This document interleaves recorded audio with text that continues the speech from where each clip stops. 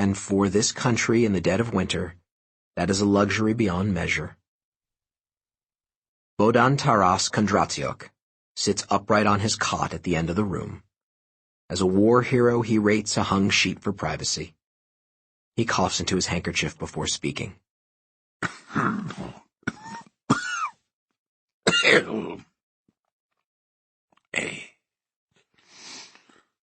was chaos. I don't know how else to describe it. A complete breakdown of organization, of order, of control. We had just fought 4 brutal engagements. Luch, Rovno, Novograd, and Zhytomyr. God damn Zhytomyr. My men were exhausted, you understand. What they'd seen, what they'd had to do, and all the time pulling back, rearguard actions, running. Every day you heard about another town falling, another road closing, another unit overwhelmed. Kiev, supposed to be safe, behind the lines. It's supposed to be the center of our new safety zone, well garrisoned, fully resupplied, quiet. So, what happens as soon as we arrive? Are my orders to rest and refit? To repair my vehicles? Reconstitute my numbers? Rehabilitate my wounded? No. Of course not.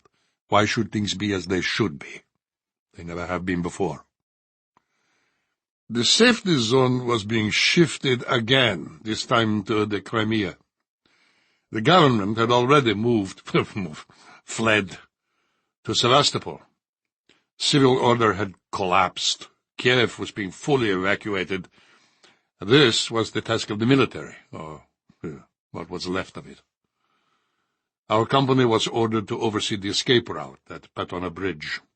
It was the first all-electrically welded bridge in the world, and many foreigners used to compare its achievements to that of the Eiffel Tower. The city had planned a major restoration project, a dream to renew its former glory, but like everything else in our country, that dream never came true. Even before the crisis, the bridge had been a nightmare of traffic jams. Now it was crammed with evacuees. The bridge was supposed to be closed to road traffic, but where were the barricades we were promised, the concrete and steel that would have made any forced entry impossible? Cars were everywhere, little lugs and old jigs, a few Mercedes, a mammoth gauze truck sitting right in the middle, just turned over on its side. We tried to move it, get a chain around the axle, pull it free with one of the tanks. Not a chance. What could we do? We were an armored platoon, you understand? Tanks, not military police. We never saw any MPs. We were assured they would be there. We never saw or heard from them. Neither did any of the other units along any of the other bridges. To even call them units is a joke. These were just mobs of men in uniforms, clerks and cooks. Anyone who happened to be attached to the military suddenly became in charge of traffic control. None of us were set up for this, weren't trained for it, weren't equipped. Where was the riot gear they promised us, the shields, the armor? Where was the water cannon? Our orders were to process all evacuees, you understand? Process, to see if any of them had been tainted. But where were the goddamn sniffer dogs? How are you supposed to check for infection without dogs? What are you supposed to do, visually inspect each refugee? Yes, and yet that is what we were told to do. He shakes his head. Did they really think that those terrified, frantic wretches with death at their backs and safety, perceived safety, only meters away were going to form an orderly line and let us strip them naked to examine every centimeter of skin? Did they think men would just stand by while we examined their wives, their mothers, their little daughters? Can you imagine? And we actually tried to do it. What other alternative was there? They had to be separated if any of us were going to survive. What's the point of even trying to evacuate people if they're just going to bring the infection with them? He shakes his head. It was a disaster. Some just refused. Others tried to run by or even jump into the river. Fights broke out. Many of my men were beaten badly. 3 were stabbed. 1 was shot by a frightened grandfather with a rusty old Tokarev. I'm sure he was dead before hitting the water. I wasn't there, you understand? I was on the radio, trying to call for support. Help is coming, they kept saying. Do not break, do not despair, help is coming. Across the Dnieper, Kiev burned. Black pillars rose from the city center. We were downwind. The stench was terrible. The wood and rubber and stink of burning flesh. We didn't know how far they were. No, maybe a kilometer, maybe less. Up on the hill, the fire had engulfed the monastery. Ah, goddamn tragedy. With its high walls, its strategic location, we could have made a stand. Any first-year cadet could have turned it into an impregnable fortress, stocked the basement, sealed the gates, mounted snipers in the towers. They could have covered the bridge for fucking ever. I thought I heard something, the sound from the other bank. That sound, you know, when they're all together, when they're close. That even over the shouts, the curses, the honking horns, the distant sniper fire.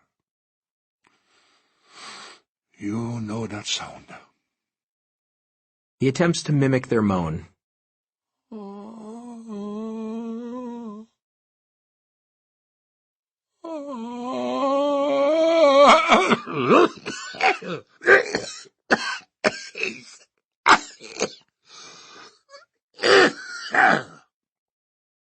He holds his handkerchief up to his face.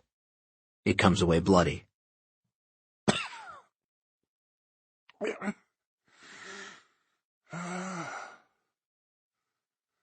That sound was what pulled me away from the radio. I looked over at the city. Something caught my eye, something above the rooftops and closing, fast.